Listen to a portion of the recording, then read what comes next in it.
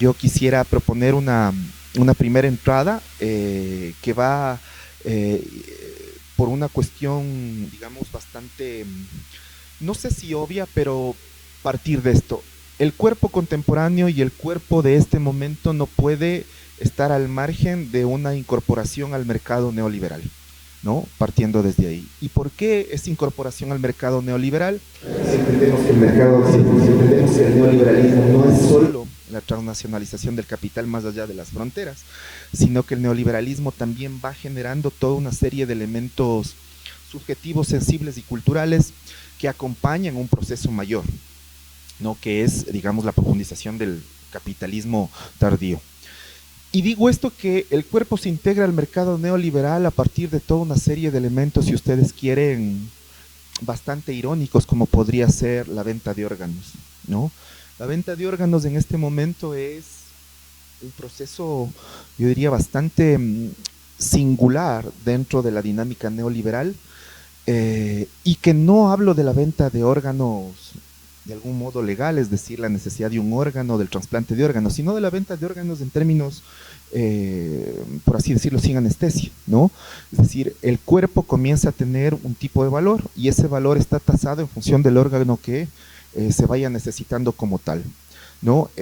Dicho de otro modo, el cuerpo se vuelve un proceso de renta o el cuerpo adquiere una lógica rentista, ¿no? Como en el capitalismo, es decir, el cuerpo adquiere un valor y un plusvalor no solo como un repositorio, sino por lo que cuesta y lo que valen sus órganos como tal. Y de ese modo se va vinculando, digamos, a todo este mercado y a toda esta dinámica y lógica absolutamente, en este caso, neoliberal. Lo que quiere decir es que el cuerpo, el valor que va siendo tasado en términos de los mercados internacionales, los mercados clandestinos, obviamente, internacionales, eh, resultaría tener dos niveles, ¿no? El primer nivel, que es la lógica del cuerpo como tal, como materia, ¿no? Es decir, un cuerpo que puede ser mirado, visto, tasado, y la otra es pensar en términos más de corte, si ustedes quieren, cognitivos sensibles, es decir, el cuerpo se ve revalorizado porque se lo piensa desde un sentido de vida amenazada.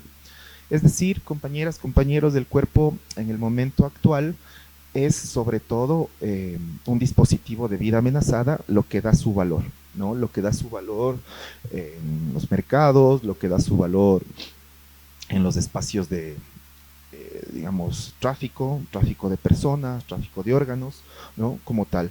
Es decir, lo que nosotros podemos entender es que el cuerpo es un dispositivo que debe ser dominado a cualquier costo.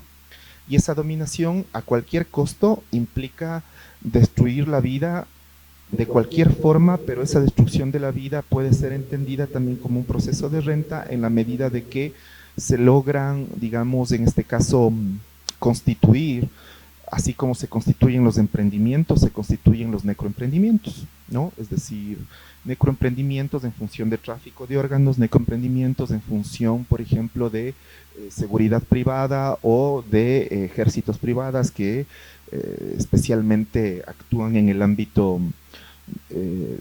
del sicariato y en el ámbito de la protección. Entonces tal vez vamos entendiendo el valor del cuerpo en este momento que, si bien es cierto, pasa por una cuestión estética, sobre todo pasa también con una cuestión de, o si ustedes quieren, se articula muy fuertemente la noción de muerte.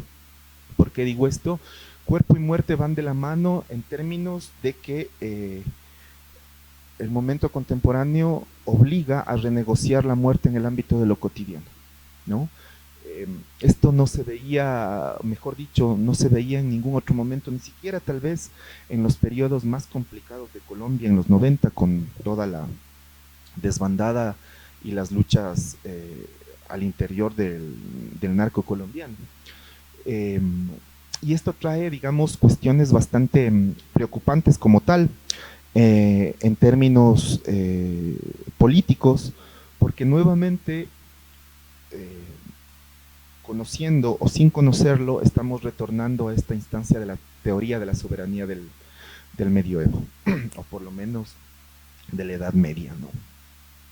¿Por qué hablo esto de la teoría de la soberanía? Porque, claro, en la teoría de la soberanía se implicaba eh, todo tipo de administración poblacional a partir de mecanismos de coacción, mecanismos represivos, mecanismos absolutamente, digamos, en este caso, violentos.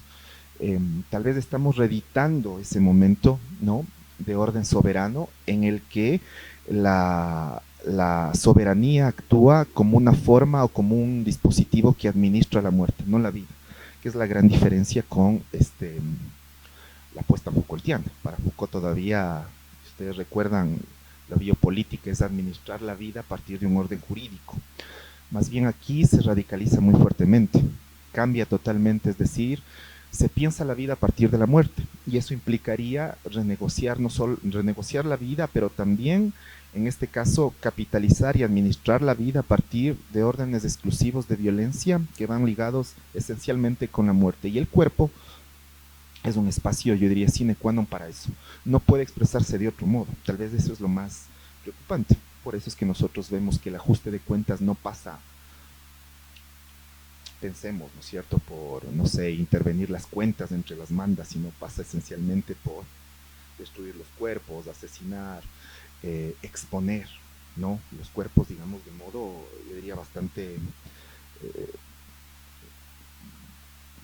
brutal, descarnado, ¿no?, como tal. Entonces, lo que nosotros podemos entender es que, a diferencia de otros campos, como puede ser el deporte, la estética, el propio campo médico, en el caso del cuerpo vinculado a las mafias y las economías criminales, lo que podemos entender es que el cuerpo deviene en mercancía.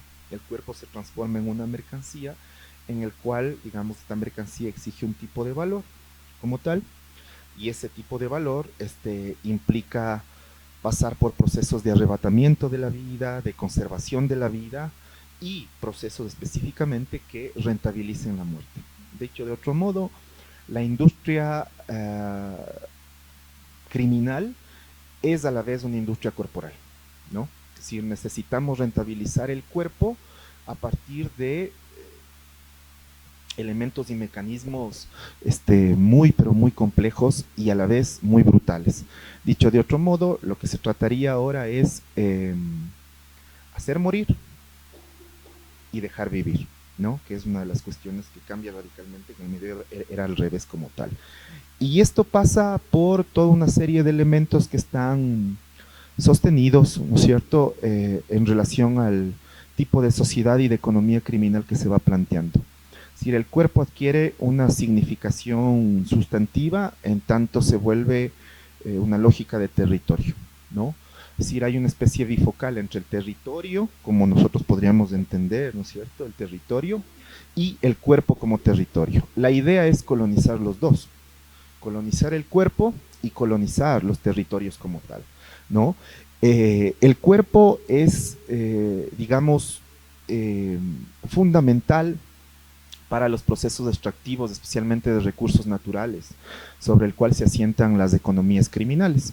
Entonces, nosotros podemos ver el cuerpo como un instrumento o al servicio, digamos, de un tipo de lógica crematística de extractividad, y no al revés. Es decir, no es el cuerpo quien va determinando, sino más bien la lógica extractiva es lo que va determinando la necesidad de cuerpos. Nosotros podemos ver en el campo minero, algún momento vimos en el campo petrolero, pero sobre todo en los momentos actuales de extractividad. Mineros, por lo menos en el continente, y si ustedes quieren, piedras preciosas, lo que implicaría Liberia, Sierra Leona y esas cosas, ¿no?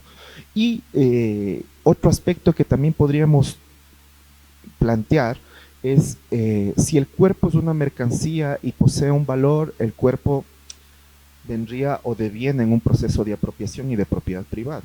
Por tanto, el cuerpo, como otro tipo de mercancía, se compone también de una lógica de, digamos, de idea privada y de privatización, ¿no? Es decir, está muy ligado, digamos, a todos estos procesos que uno puede, digamos, ir evidenciando. Privada no solo en términos de que puede destruirse, privado también en términos de que puede, digamos, en este caso, reconstituirse como una lógica que puede actuar como fuerza de choque o asalariados, digamos, del crimen, y ahí podemos entender por qué en el momento contemporáneo los ejércitos privados o la seguridad privada es tan, digamos, no solo visible, sino se vuelve capital a la hora de pensar todo esto que estamos viviendo.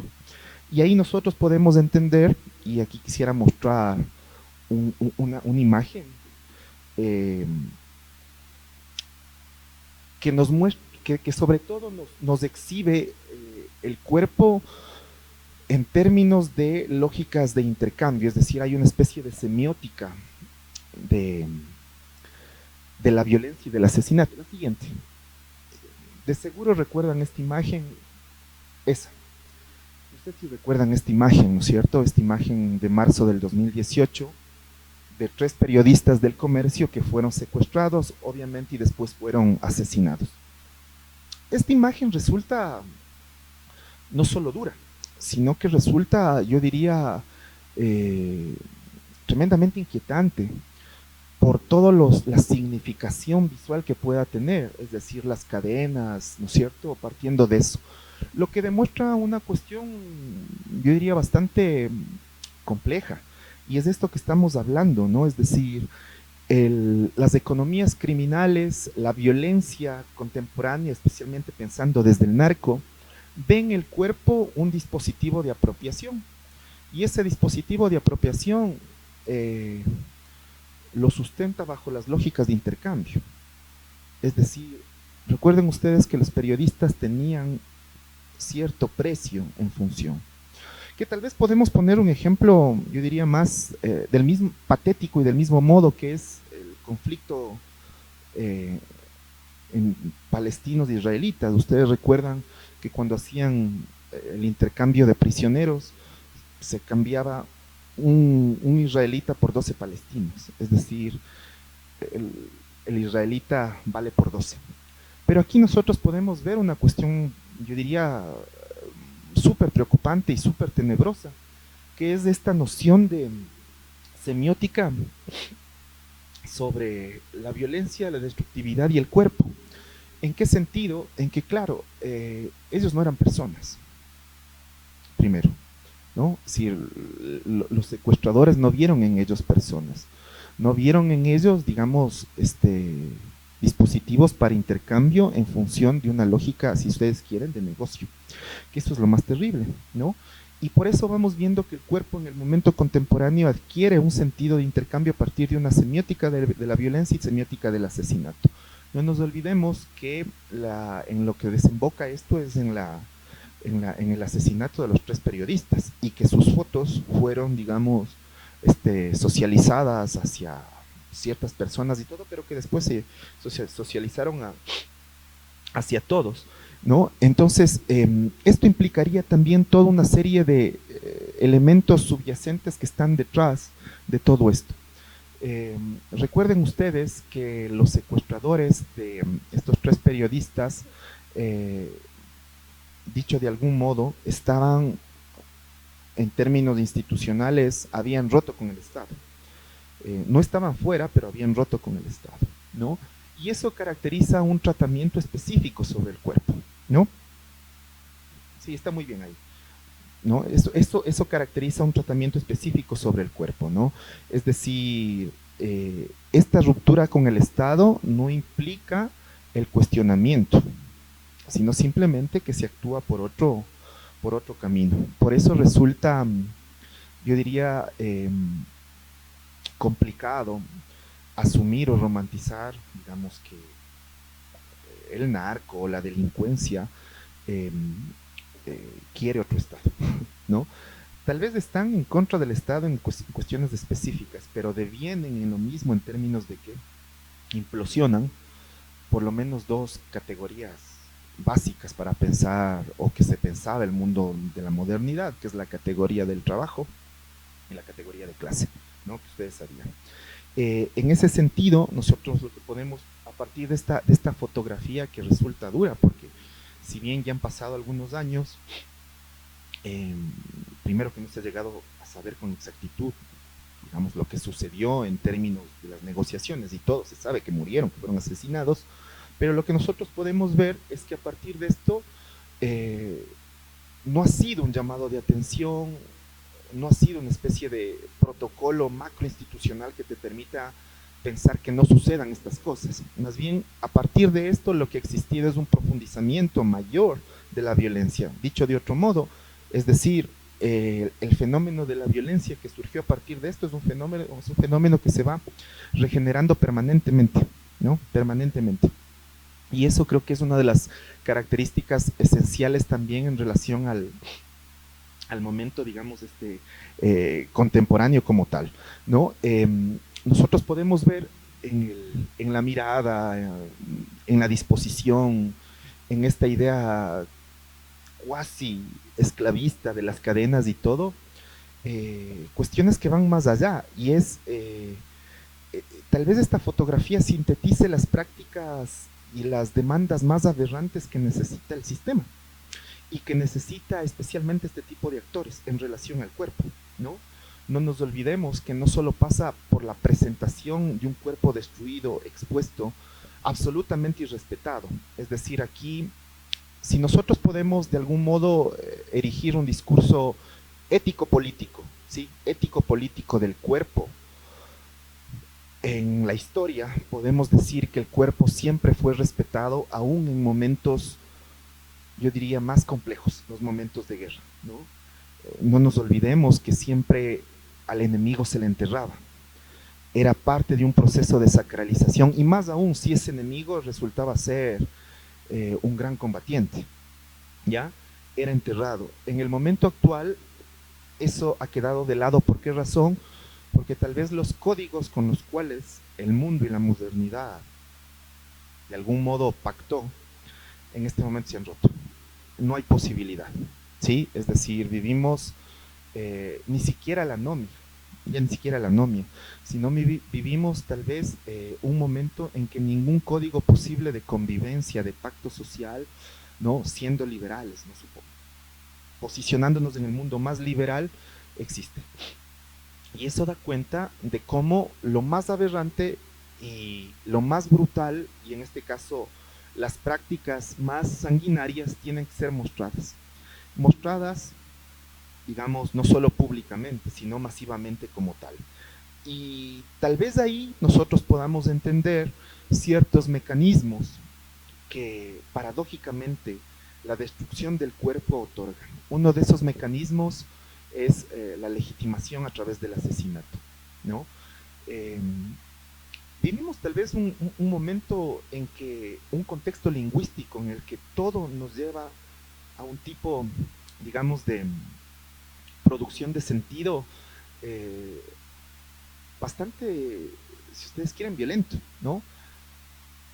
Permanentemente hablamos de asesinatos, permanentemente hablamos de secuestros, permanentemente hablamos de tortura, permanentemente hablamos de desapariciones, ¿no? Claro, nosotros podemos tal vez entender que la legitimidad en este momento de la violencia no pasa por salir ileso, o no pasa porque la violencia de algún modo tenga un sentido político, sino pasa por cómo se construye, se ejecuta y se muestra el asesinato.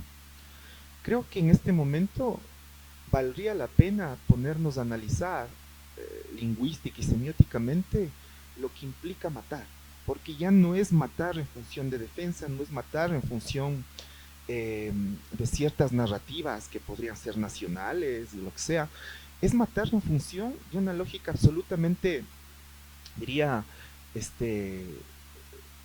irracional, delirante, pero que sobre todo se sustenta en un ejercicio pleno de la dinámica de acumulación, ¿sí? La dinámica de acumulación capitalista.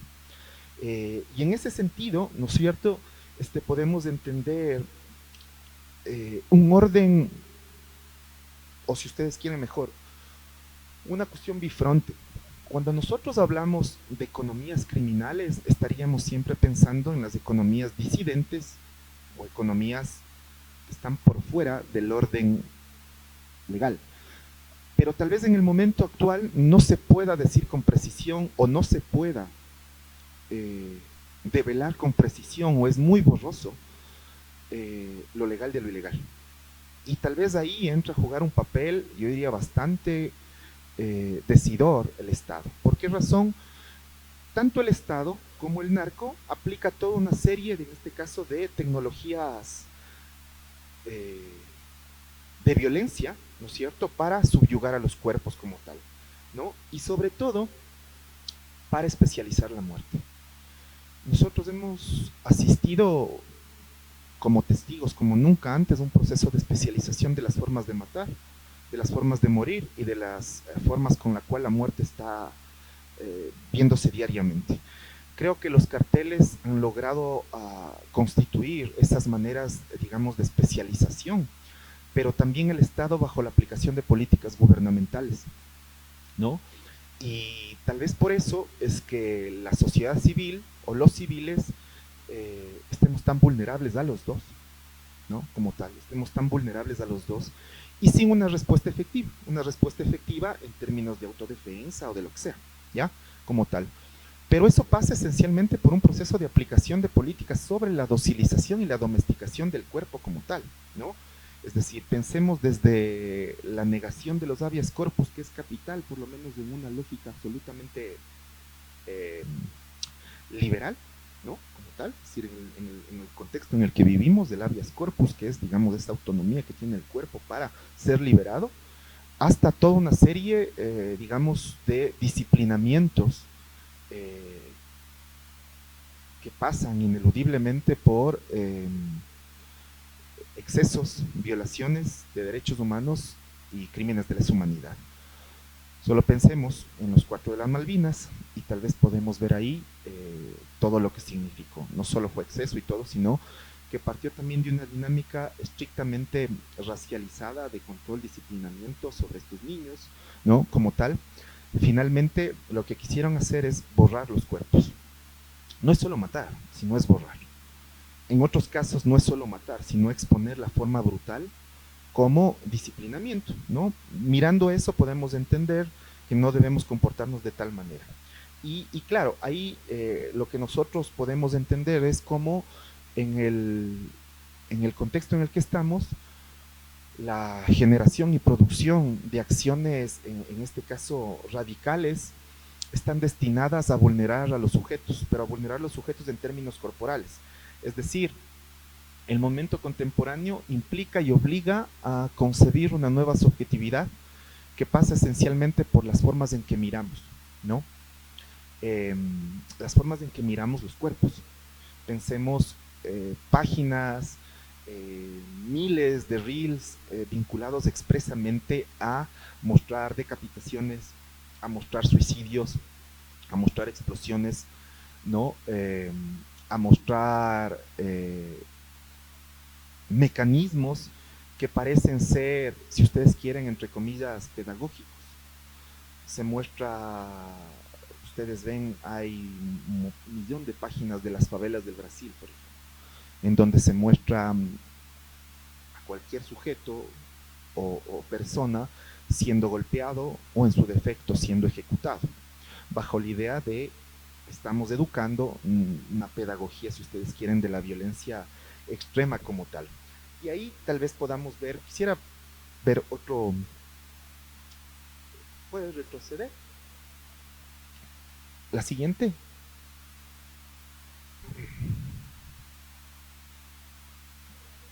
Sí, sí, exactamente esa quería mostrarles. Eh, no sé, ¿qué ven ahí ustedes simplemente como para hacer una interacción?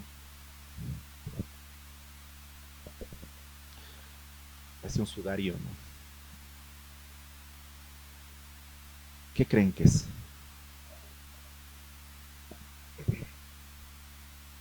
¿Perdón? ¿Un cuerpo humano? Sí. ¿Qué más? Ah, ya. Sí. ¿Alguien más? Ah, ya. Un cuerpo en descomposición. Sí, chévere. Bueno, esto eh, es una obra de arte y es de la artista mexicana Teresa Regoyes. ¿Qué caracteriza a esta artista? Que trabaja mucho con el asunto de la muerte y de los cuerpos como tal. Eh, Nosotros podemos ver que si hay producción de violencia, producción de descarnamiento y delirio en relación a todo lo que implica, eh, digamos, la muerte y sus secuelas, quiere decir también que existe una producción estética y artística de esto, de la muerte, es decir, el contexto permite también ir configurando. Y esta es una obra del artista Teresa Regoyes, ¿no es cierto? Margolles, perdón, eh, que fue hecha en el 2019. El contexto de esta obra es justamente en la frontera colombo-venezolana. Hubo un asesinato, un sicariato a un joven de 19 años, y lo que hizo el artista después de que levantaran el cadáver fue poner una sábana en los restos de sangre y todo que quedaba del muchacho y exponer, ¿no? Entonces, tal vez vemos aquí esta dinámica, digamos, de cómo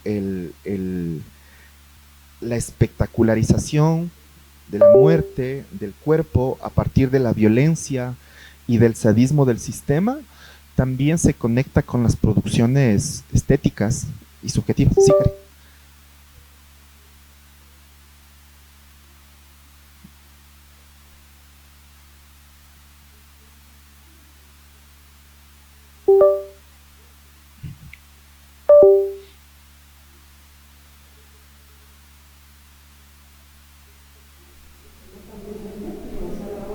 Se torna de una manera particular, ¿no? Hay una forma en la que esa muerte se produce que tiene unas características que parecen, es como que se construyen esos escenarios, la fotografía de los edificios con las cadenas, o lo que se veía dentro de las cárceles, ¿no? O sea, a mí me parece que hay una producción estética de la muerte. Total. Es que no podemos pensar que solo se acompañen, digamos, lógicas objetivas en relación al tipo de violencia que vivimos. Esencialmente son formas de subjetividad sobre las cuales se asienta, ¿no? Sobre las cuales se asienta. Por eso yo digo, si nosotros hacemos un barrido, un examen, un estudio eh, de lenguaje, vamos a encontrarnos que no solo estamos inmersos en un tipo de lenguaje de guerra, por ejemplo, sino que estamos esencialmente vinculados a un proceso de lenguaje que da cuenta de los procesos de violencia. Por eso hablamos en metáforas, por eso tenemos casi, digamos, entre nuestros diccionarios la noción de sicariato o las formas que éste adquiere bajo nombres más coloquiales, como mandar la moto, dar el vire y una serie de cosas, ¿no? Porque es una cuestión tremendamente subjetiva, predispuesta hacia eso, como tal. Y claro, el problema yo creo que es una subjetividad bastante delirante y esquizoide, porque nosotros pensamos que eso está fuera, está allá. Es decir, en las fronteras, en los bordes, en los márgenes, y no nos damos cuenta que está aquí. Ya está, digamos, al lado de nosotros, como tal, permanentemente. Y nosotros pensamos que como el poder en su momento desplazaba todo lo marginal y grotesco hacia las fronteras, pensamos que lo sigue haciendo. Y no nos damos cuenta que el poder, de algún modo, centraliza y acerca más y más todas estas formas, digamos, todas estas acciones que se transforman necesariamente en formas de sentir, en formas subjetivas.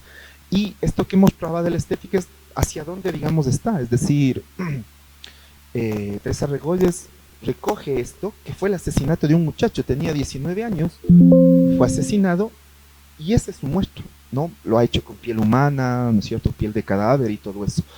No por una cuestión específicamente de morbo, sino que está ahí como tal, ¿no es cierto? Está ahí. Sin lugar a duda, esto también puede derivar, no digo desde el arte específicamente, pero en ciertos campos como lo mediático puede derivar en todos los procesos, digamos, de espectacularización de la muerte bajo ciertas prerrogativas, por ejemplo, las ideas de teleseries que vinculan, digamos, a heroizar quien ejerce la posición de poder matar, administrar la sexualidad y todo eso, ¿no?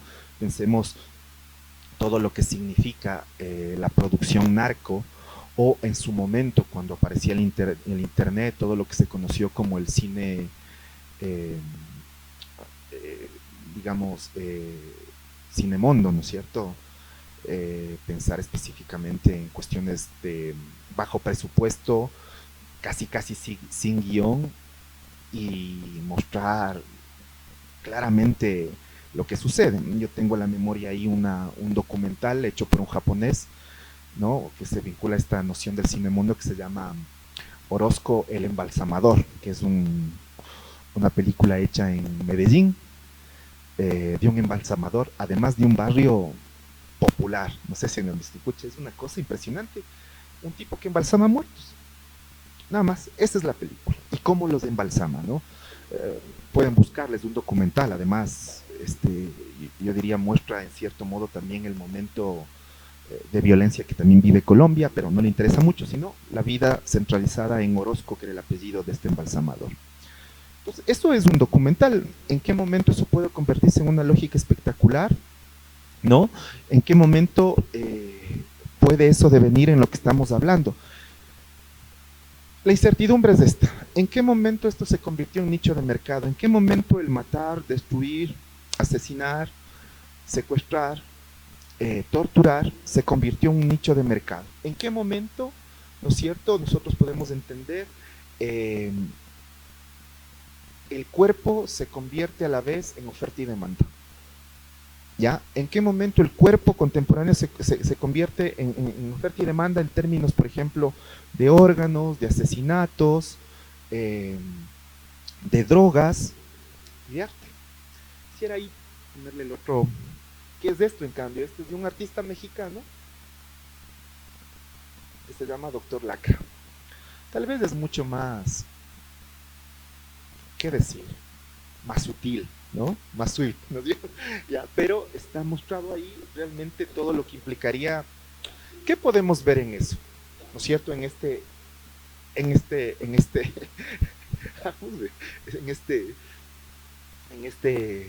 muñequito. Toda una dinámica de la cultura popular, podemos decir, ¿no es cierto? Es decir, los tatuajes y todo eso. Sin embargo, el doctor Lacra se mueve en esta, que es un artista, se mueve en estas dinámicas de poder mostrar sus contextos, ¿no? Eh, Tepito, Chopo, todo eso, ¿no es cierto? Está ahí presente y claro, traducirlo en esto. Eh, Puede ser estético, indudablemente puede ser estético, pero también es esencialmente una muestra de cómo el cuerpo adquiere un sentido no solo estético, sino territorial y sobre todo, si ustedes quieren, de diferenciador en el contexto mexicano. O sea, si nosotros podemos ver el cuerpo, lleva un valor por lo que cuesta en términos de órganos, pero también lleva un valor por lo que de algún modo significa. Y ahí entendemos el tatuaje. Si todos los que tenemos tatuajes lo tenemos por alguna razón, y que no necesariamente va a diferenciarnos de otros espacios. Aquí sí.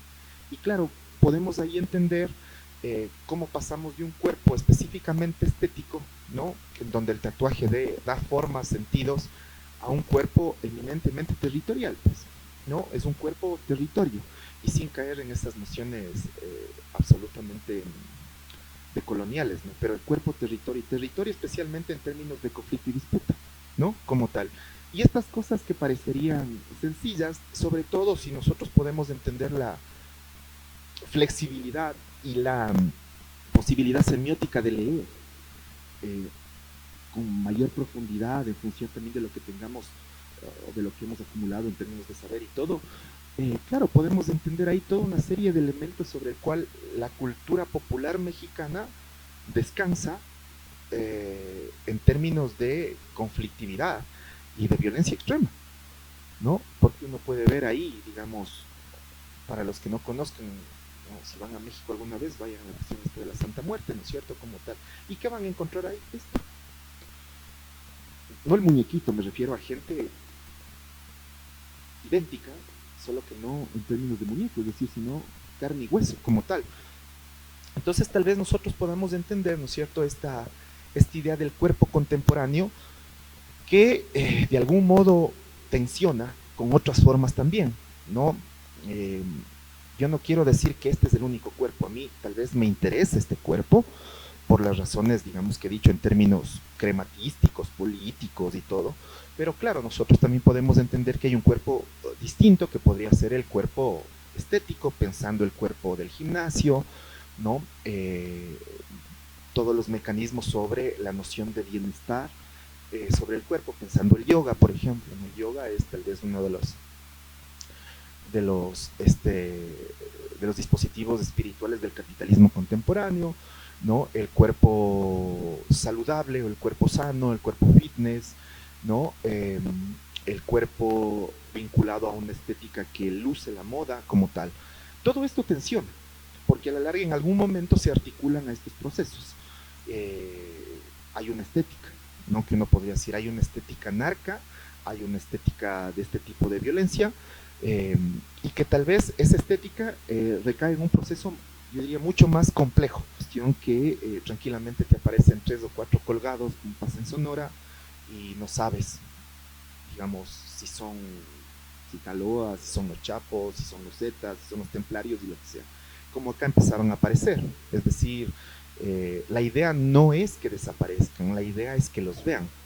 Ustedes ven en Manabí, aparecieron cabezas, posteriormente aparecieron sacos de yute con 8 muchachos.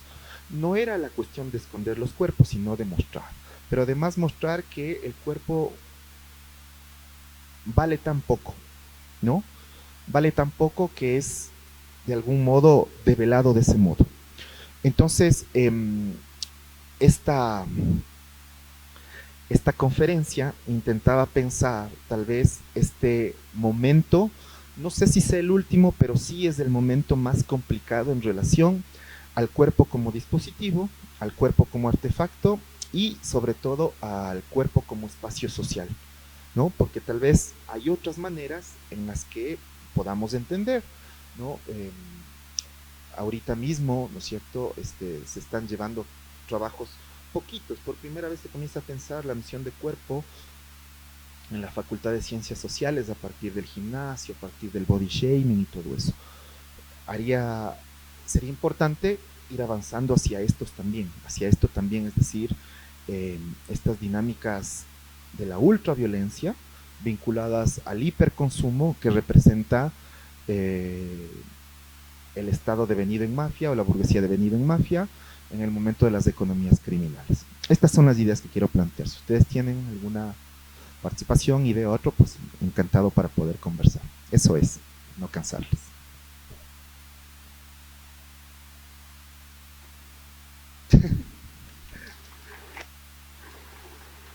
Para tener media hora para discutir, si no, eso no es fuerte.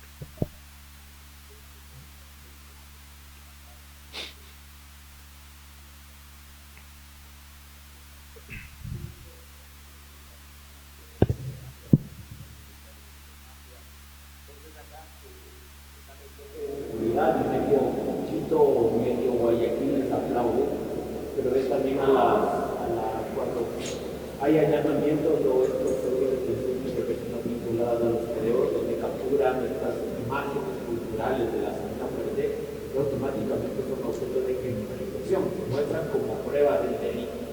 ¿Cómo se analiza eso?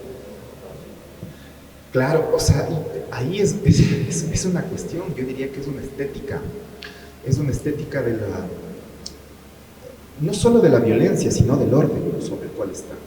Y son también las narrativas sobre las cuales se asienta especialmente los sectores que no están vinculados a la legitimidad del Estado, ¿no? Es decir, si vamos por esas, los paracaidistas de la Tacunga tienen un cráneo, ¿ya? Y no son asumidos, ¿no es cierto?, como delincuentes.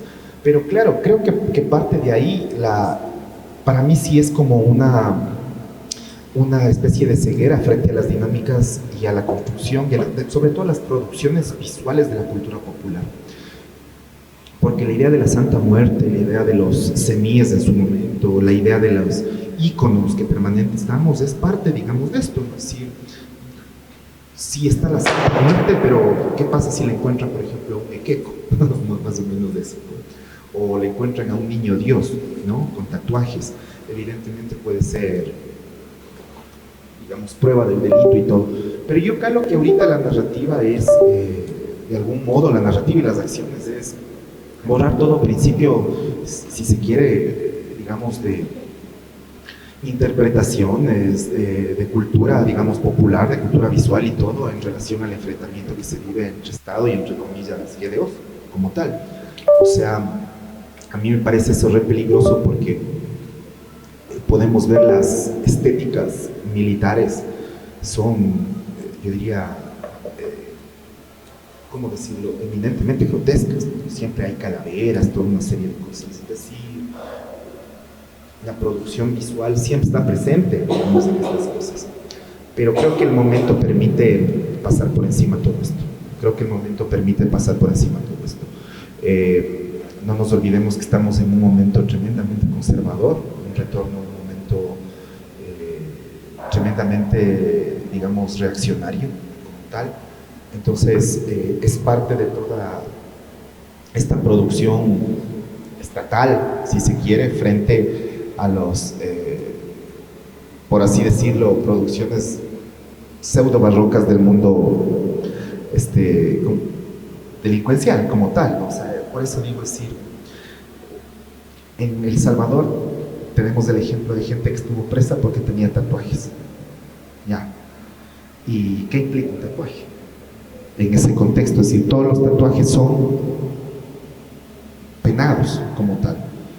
Claro, ningún tatuaje podía tener un principio de interpretación por parte del poder, es decir, decirle a alguien, no, pues que este tatuaje no representa nada vinculado a algún tipo de organización criminal como tal. Y que ha ido pasando.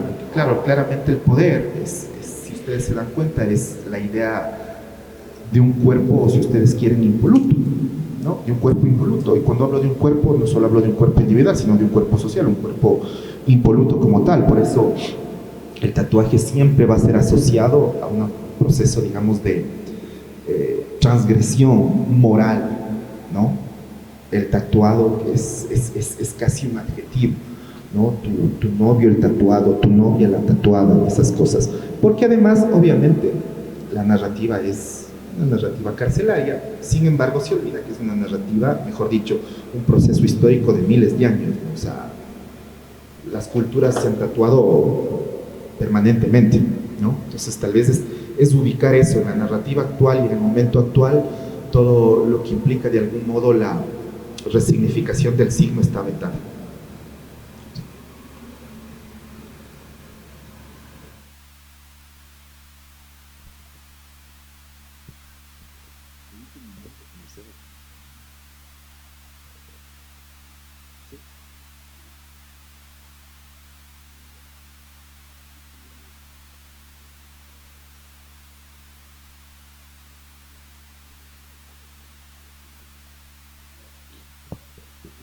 Y es que me preguntaba cuál era propiamente la particularidad de la época moderna en torno al tratamiento del cuerpo, porque yo me pongo a pensar en las sociedades premodernas que existía también un tratamiento desde la muerte del cuerpo, es decir, quienes eran, por ejemplo, quienes construían los monumentos, las pirámides, por ejemplo, que había un tratamiento desde la muerte también. Entonces, ¿cuál dirías que es, y entre otros ejemplos también, cuál dirías que es como la particularidad moderna del tratamiento desde la muerte del cuerpo, de esta necropolítica que mencionabas? Lo que pasa, a mí me parece que es interesante en términos de lo que vos dices, en términos de ver los momentos, los periodos históricos, ¿no? Uno puede ver entre los siglos XVI al XVIII, la idea de la muerte está muy fuertemente vinculada a un orden neumático, es decir, del alma, ¿no? Es el momento de las fundaciones y las institucionalizaciones científicas en el que dan cuenta de que el cuerpo no es la morada del alma, sino el cuerpo es órgano-función, que es la plaza, ¿no es cierto? La plaza, órgano-función. Y por eso vos tienes en términos estéticos, por ejemplo, a Rembrandt, ¿no? Pintando cuerpos abiertos o pintando en los anfiteatros, ¿no? Como tal. Y claro, de todos modos, la muerte está presente ahí como, si vos quieres, un tipo de fenómeno orgánico, ya, estrictamente orgánico, es decir, la degeneración. Vida, no, nacer, desarrollarse y morir, la degeneración. Era inclusive, podríamos decir, algo casi calco y copia del mundo de la naturaleza, ¿no? Por eso se llamaba una ciencia que se le asociaba al mundo del humano, la teratología. La teratología era el estudio de la generación y regeneración, ¿no? Y que de ahí algunos autores, especialmente Foucault, retoma algunas cosas para hacer comprender por qué hay un sujeto degenerado, ¿ya? ¿Qué es un proceso de la naturaleza? ¿Se degenera o se regenera? Tal vez habría que ver cuál modernidad te refieres específicamente, si es la modernidad de sus inicios, la media modernidad o la tardomodernidad. A mí me parece que la tardomodernidad, es decir, el momento actual, es un momento muy diferente a los otros, porque aquí la muerte sí adquiere un plusvalor. Por eso vos puedes entender que existan empresas de muerte. Y tal vez poner un acontecimiento histórico, Auschwitz, por ejemplo. Los campos de concentración no eran estrictamente lugares donde se asesinaba.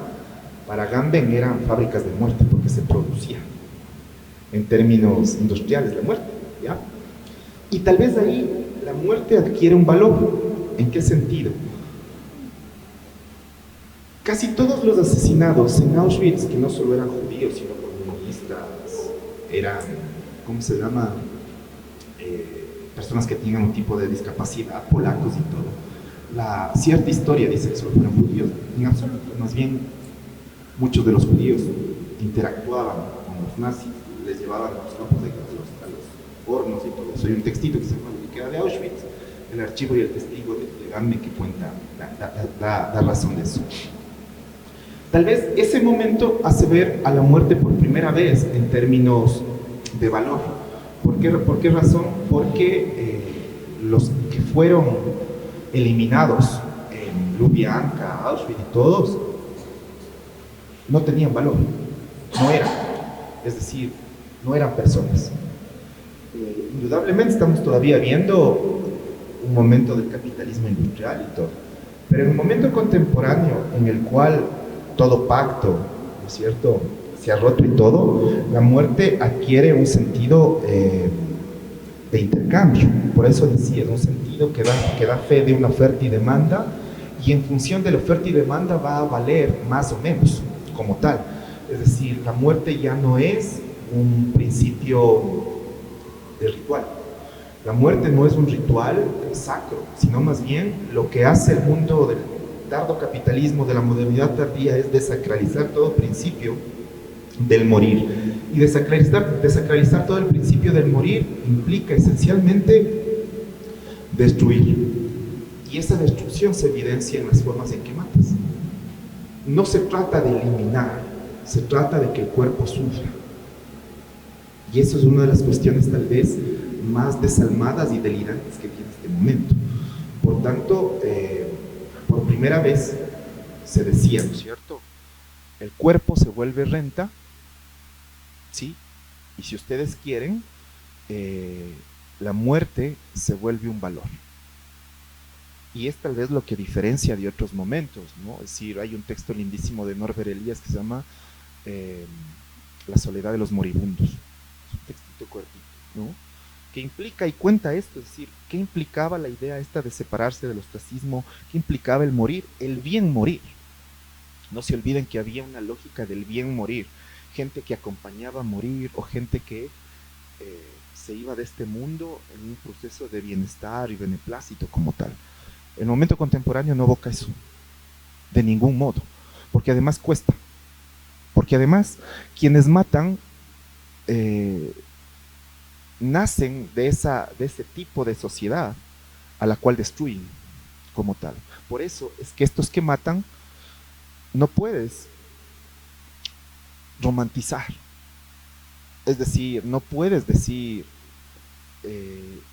es que no solo no tuvieron acceso, es porque estos que matan implosionan la noción de clase, porque no entienden la idea de clase. Por eso le vacunan a la vecina, ¿ya?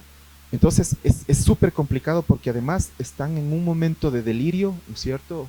Con todo lo que implica, es decir, cuando hablo del delirio estoy diciendo toda la cuestión de lo que va transversalizando, drogas y todo, en donde lo que se busca es esencialmente generar procesos fantasmáticos y de asustar a lo social. Por eso las muertes son tan grotescas como tal. Entonces, claro, ahí vos puedes entender que en qué momento el capital convirtió a la muerte en valor, literalmente en valor. ¿Cómo matas? Y esto vos puedes ver especialmente no solo en el proceso o en el problema del sicariato, sino el SNAF, ese género, ¿no? Que existe, este género, no sé si podríamos decirle género cinematográfico, tal vez un fenómeno, el SNAF, donde vos ves a gente en términos de no actuación ni nada, sino de realidad, ser asesinada, y eso tiene un costo, y dependiendo de la forma en que lo asesines, cuesta más o cuesta menos. Es decir, si lo vas a asesinar con dolor, lo vas a asesinar con mayor sufrimiento y una serie de cosas, costará más. No es lo mismo, digamos, acabar con una persona de un disparo a acabar con una persona, no sé, irle abriendo día por día su cuerpo, sacándole un órgano, alguna cosa de esas, ¿no? Entonces, tal vez ahí nosotros podamos entender que, claro, la muerte en el momento actual no es un fenómeno cultural como alguna gente lo trató, ¿no? Hay un historiador de la muerte que es brillante, que se llama Philippe Ariès, tiene un texto maravilloso que es La muerte en Occidente. Recomiendo que lo lean, ¿no? Desde el 14-15 hasta el siglo XX. Y claro, hay que historizar la muerte en términos de qué significa culturalmente, políticamente, antropológicamente. El problema es que ahora eso es barrido por todo este sentido grotesco y brutal que tiene la economía criminal y el capitalismo contemporáneo como tal. Es decir, lo que busca el capitalismo es borrar todo principio, si ustedes quieren, cultural, ético-político, por un principio estrictamente crematístico, es decir, de acumulación. Cómo a partir de la muerte genero empleo, paradójicamente. Cómo a partir de la muerte genero capital. ¿No? Es eso. Con el cuerpo, claro. Ahí tenemos otros fenómenos. ¿Sí?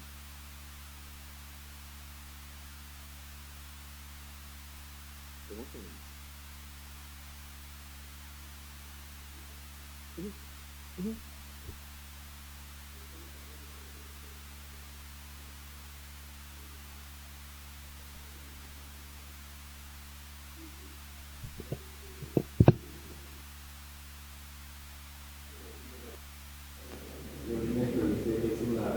Es un proceso, ¿no? Siempre implicable, siempre en transición después del muerte. Pero es esta idea de cosificación del cuerpo, y no solo cosificación, pero del cuerpo abstracto, para usar o para pensar, bueno, no hay, por ejemplo, no hay trabajo abstracto sin el cuerpo. Y gracias por estoy pensando en estas versiones diferentes. Y, por ejemplo, pensando en todas las industrias del cuerpo, del cuidado, del cuerpo, de salud, todo eso, y el control y disciplina del cuerpo. Y eso es una historia tan larga. Y mi pregunta es específicamente en relación con la iglesia, porque la iglesia tiene, especialmente la iglesia católica en el mundo occidental, esa idea del cuerpo como diferente del mente. Y, por ejemplo, tenemos tres cosas: la alma, el cerebro y el cuerpo, pero todo está relacionado, todo está junto en el cuerpo. Y entonces, ¿qué juega la iglesia este proceso de abstracción o de desvinculación entre nosotros y Sí, la iglesia jugaba un papel importantísimo. Ya te puedo decir que ahora tiene como un tipo de actuación también interesante, pero ya no es lo mismo. ¿Por qué razón? Porque la iglesia hasta el siglo XIX, de algún modo, se convertía o era una especie de regidor de los órdenes corporales y lo que salían de este. La religión era excepcionalmente ¿cómo diríamos? Un confesionario sobre el cual aterrizaban toda una serie de elementos que se vinculaban estrictamente al mundo de la penalización de la sexualidad, ¿no? Y claro, por eso la iglesia, aunque criticaba eso, era constitutivo.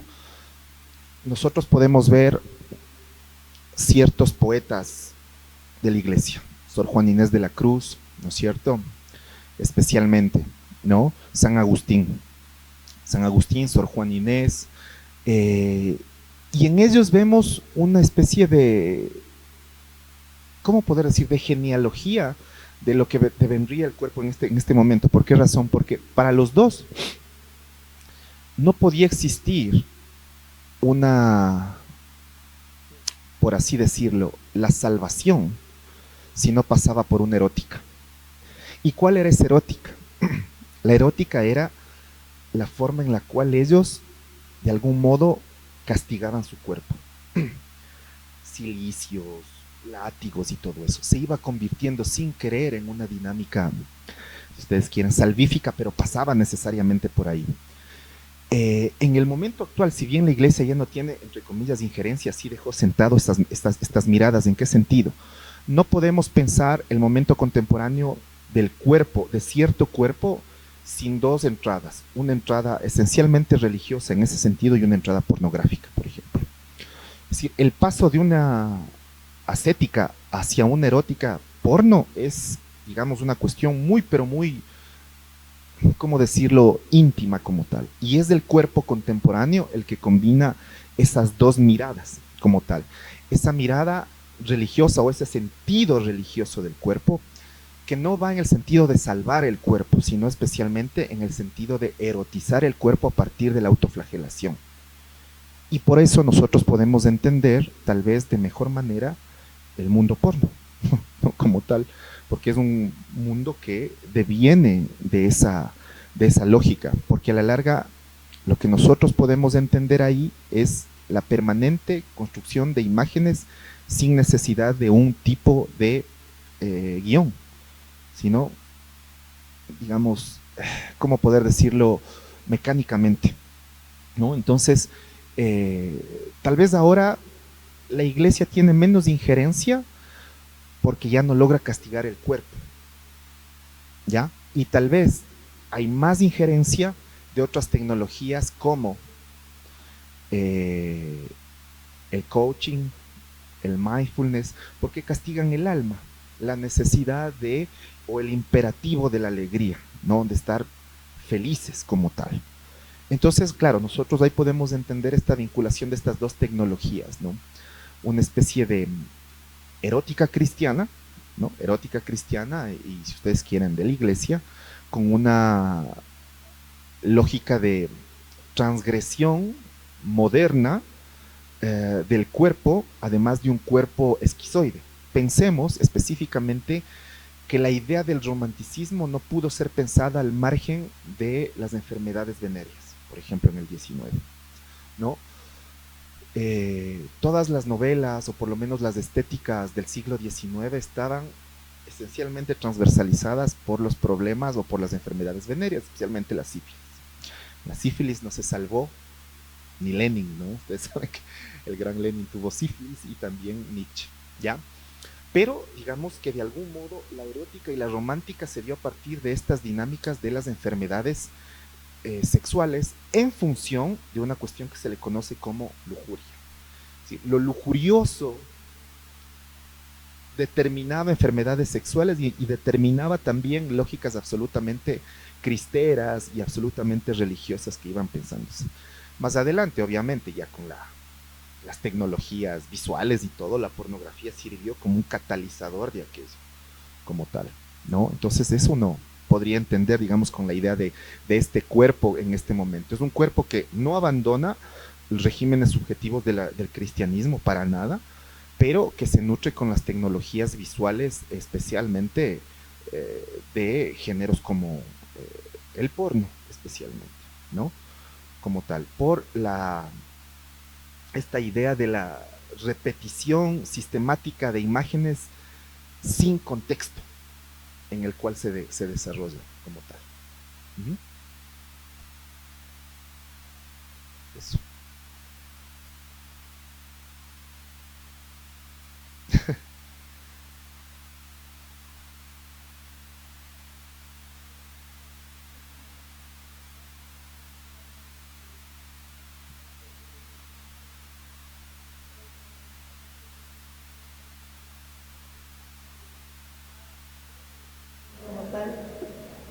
Fuera del sistema capitalista, siempre va a estar dominado y parecer como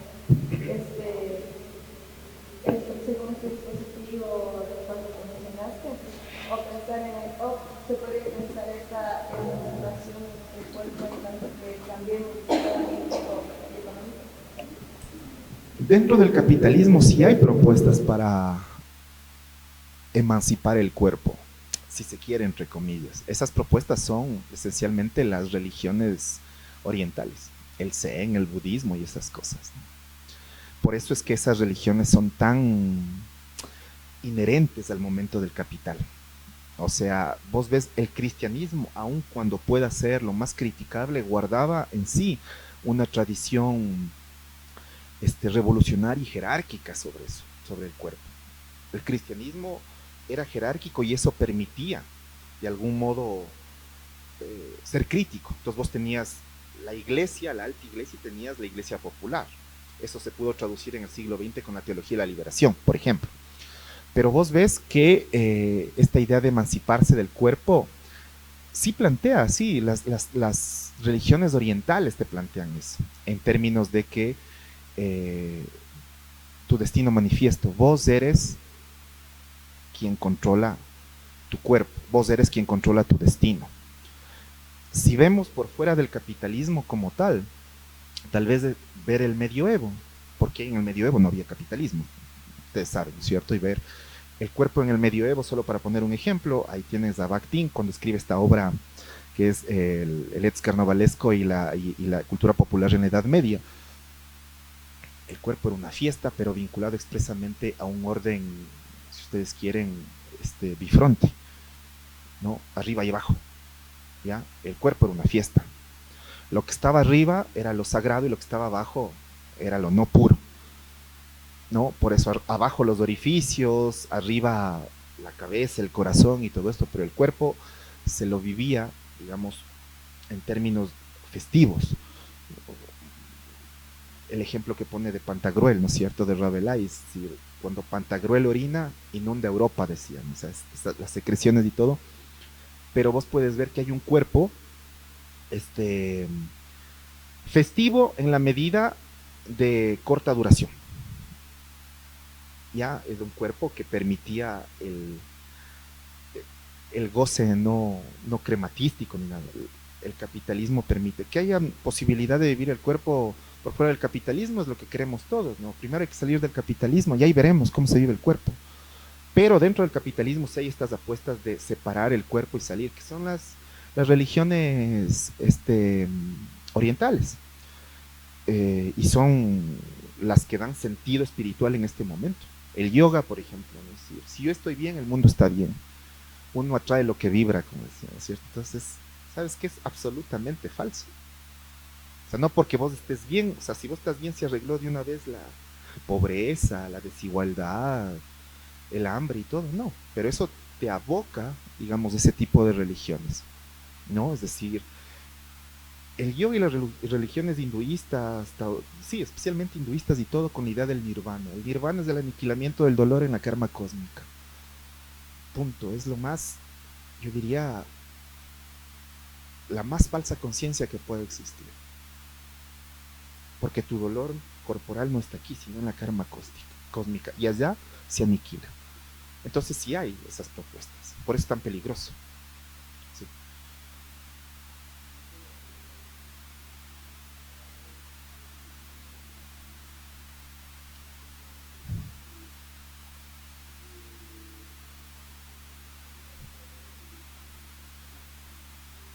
El original puede servir para la creación. O Entonces, para la destrucción también. De hecho, también lo dice. ¿tú crees que en la libertad sexual, en ese potencial emancipador de la sexualidad, puede haber un camino de resistencia y de emancipación del cuerpo? Nunca. Porque en algún momento el principio del placer se vuelve tan autodestructivo que el principio de realidad. Es decir, la muerte y la vida, ese enfrentamiento, ¿no es cierto?, entre el Eros y el Thanos. En algún momento el placer es tan autodestructivo. Y por eso Marcuse, en el prólogo de, no del hombre dimensional, sino en Eros y Civilización, decía, pensar una sociedad, cualquiera que ésta sea, sin represión, es pensar un absurdo. No puede existir. Y eso que retoma Marcuse es una crítica que le hace a Freud, porque claro, Freud pensaba que existía, o sea, existe el principio de placer y el principio de realidad. El uno es el amor, el eros, y el otro es la muerte. Pero lo que hace Marcuse, y eso es lo interesante, es ver en qué momento el eros y el amor, por su intensidad, en términos de libertad sexual y todo lo que vos dices, se vuelve también tan autodestructivo como lo que critica, ¿no? Entonces, habría que ver, o sea, habría que ver esas dinámicas. Por eso digo, tal vez hay proyectos que fracasan por eso mismo, porque no piensan en antinomia, es decir, esta verdad frente a otra que no es verdad, pero resulta también cierta. O sea, no se piensa en antinomia, se piensa más bien en sí o no, y no es así. Eso. Listo, listo. En punto. 4:30.